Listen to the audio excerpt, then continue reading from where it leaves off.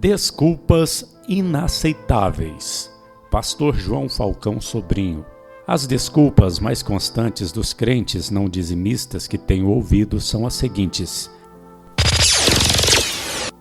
meu salário é pequeno, não dá para as minhas necessidades.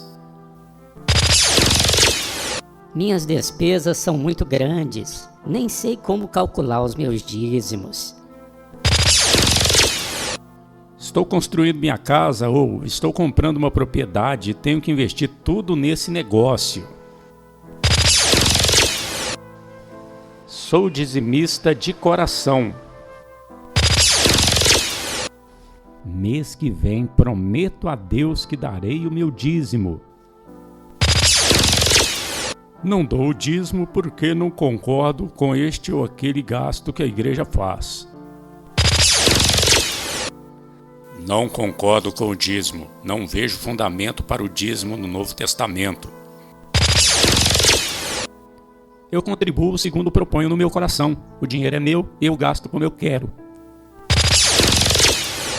Há ainda os que não são dizimistas, mas também não apresentam qualquer motivo.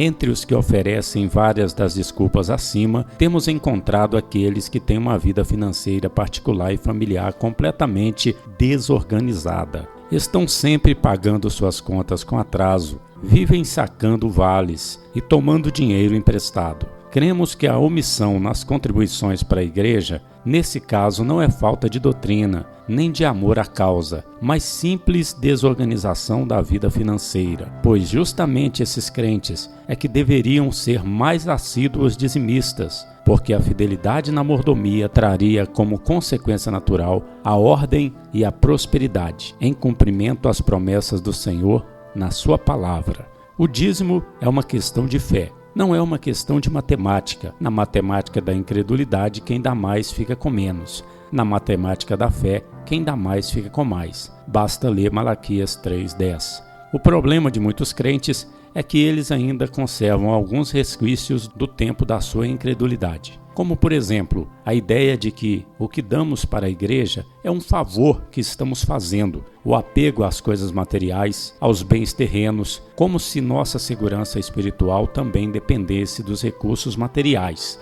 Uma certa dose do egoísmo próprio da pessoa não regenerada e, finalmente, a falta de uma experiência pessoal de viver pela fé, ou seja, obedecendo à palavra de Deus e tomando parte no plano de Deus para a salvação do mundo. O crente não dizimista está fazendo uma inversão de valores, está dando mais valor às coisas materiais do que aos bens espirituais. Os bens materiais são transitórios, perecíveis. Os bens espirituais são eternos. Não constitui bom senso sacrificar bens espirituais por causa dos bens materiais. Se a aquisição e posse de bens materiais afasta o crente de Deus e prejudica a sua vida espiritual, trazendo tristeza, solicitude, mundanismo, então esses bens materiais são uma maldição e não uma bênção. Mas se o crente é fiel na sua mordomia, entrega os seus dízimos com amor, com alegria, cooperando para a extensão do reino de Deus, então a sua prosperidade material será acompanhada de alegria, confiança em Deus e crescimento espiritual.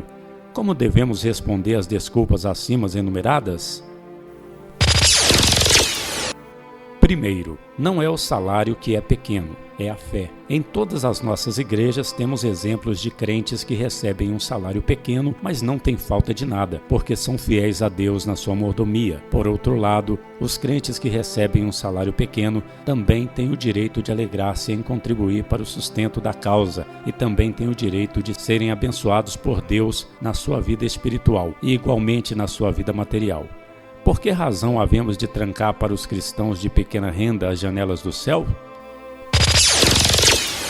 Segundo, ponha o reino de Deus em primeiro lugar, e todas as demais coisas serão acrescentadas.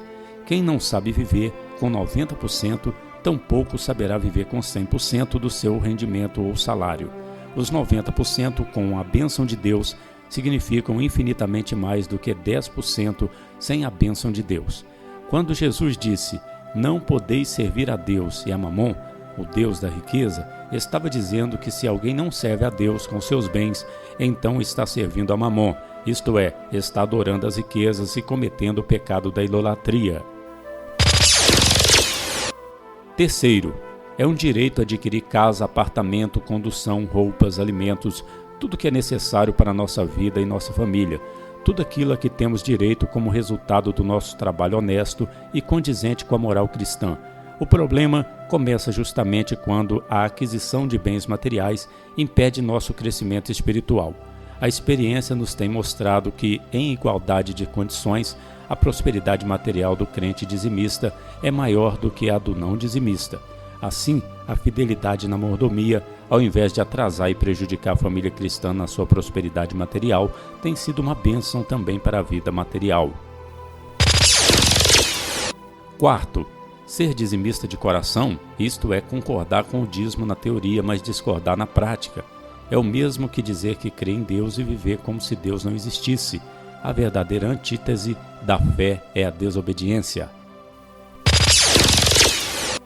Quinto, o mesmo se pode dizer com relação ao crente que vive fazendo votos de ser fiel nos seus dízimos, mas nunca cumpre o prometido a Deus. Ele está protelando a bênção de Deus sobre a sua vida espiritual e sobre a sua vida material. Sexto, os que não entregam seus dízimos por não concordarem com algum aspecto da administração financeira da igreja simplesmente não estão amadurecidos para a democracia ou estão apenas procurando uma desculpa de mau pagador. Sétimo, é fácil demonstrar a biblicidade do dízimo nas páginas do Novo Testamento. O que não é fácil é provar a validade de uma fé que não se traduz em obediência. Para o cristão do Novo Testamento, não apenas 10%, mas 100% de tudo quanto possuía pertencia a Deus e devia ser usado conforme a vontade de Deus para a glória de Deus. E ninguém dizia que coisa alguma do que possuía era sua própria, mas todas as coisas lhe eram comuns. Atos 4:32. Para o cristão do Novo Testamento, o dízimo não é tanto uma questão legal de porcentagem, mas uma questão de urgência na evangelização do mundo. Oitavo, jamais vimos um crente invocar o verso inteiro de 2 Coríntios 9:7 para justificar sua contribuição abaixo do dízimo. O verso inteiro diz: cada um contribua segundo propôs no seu coração, não com tristeza, nem constrangimento, porque Deus ama ao que dá com alegria. O coração que ama entrega a Deus o máximo e o melhor, a partir do dízimo, pois a justiça do amor excede a justiça dos escribas e fariseus.